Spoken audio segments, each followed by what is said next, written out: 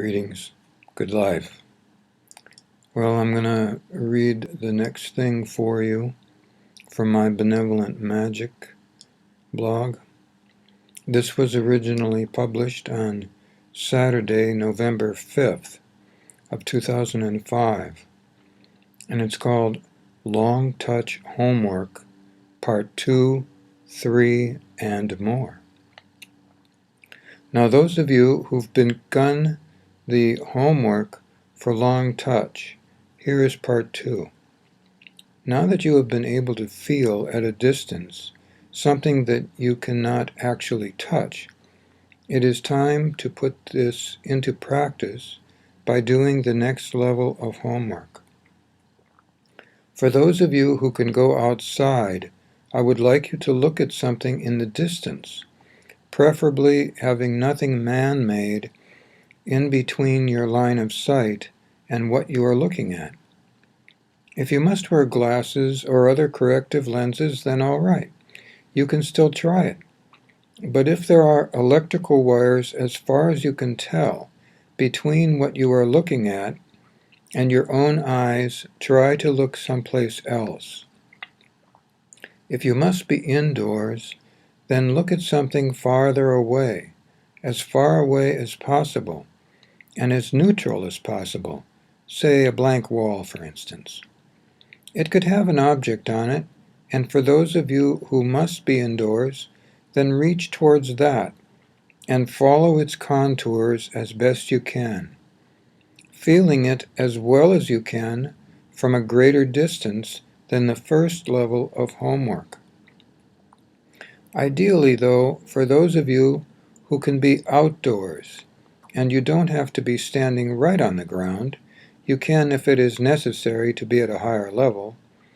Ideally, I'd prefer you to be standing on the ground, but if you need to be at a higher level, then just do what you can. But let's say you're standing on the ground and looking at a hill in the distance. I'd prefer it if you're out in the country someplace, or in a national park perhaps, where the chances of there being something or someone on the top of the hill are lessened, but do the best you can. Reach from a distance. Reach towards that hill.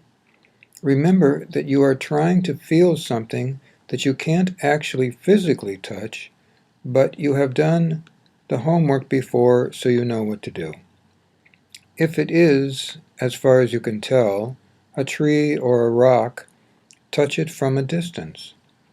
Follow the contours as best you can, and imagine what it feels like while you are attempting to touch it. You will have some sensation of touch. That is the goal. Now I'm going to give you part 3 of the homework, but you must do part 2 first if you want it to work. When you go out or look at that same hill, reach now over the top of the hill to a tree or a rock on the other side of the hill. If you feel uncomfortable, then reach in a different place. Anytime you feel uncomfortable, you are probably contacting something that is not good for you to touch. Always trust your feelings of discomfort. They will immediately tell you in your body, that you are in contact with something that is not good for you to touch. Perhaps it would be an electrical wire or something like that that will give you uncomfortable feelings. It could be something else, but if it feels neutral or good or warm in your body, then follow the contours as best you can. It isn't important to know what it is. Ideally, it will be a tree or a boulder, for that is close to Earth or of Earth. I will give you more on this as time goes on, including the application of benevolence. If you want extra credit homework, then you can reach for the moon. Distance is not a factor. Do the homework exactly the same as in part 2, all right? Good life to you all, and good night.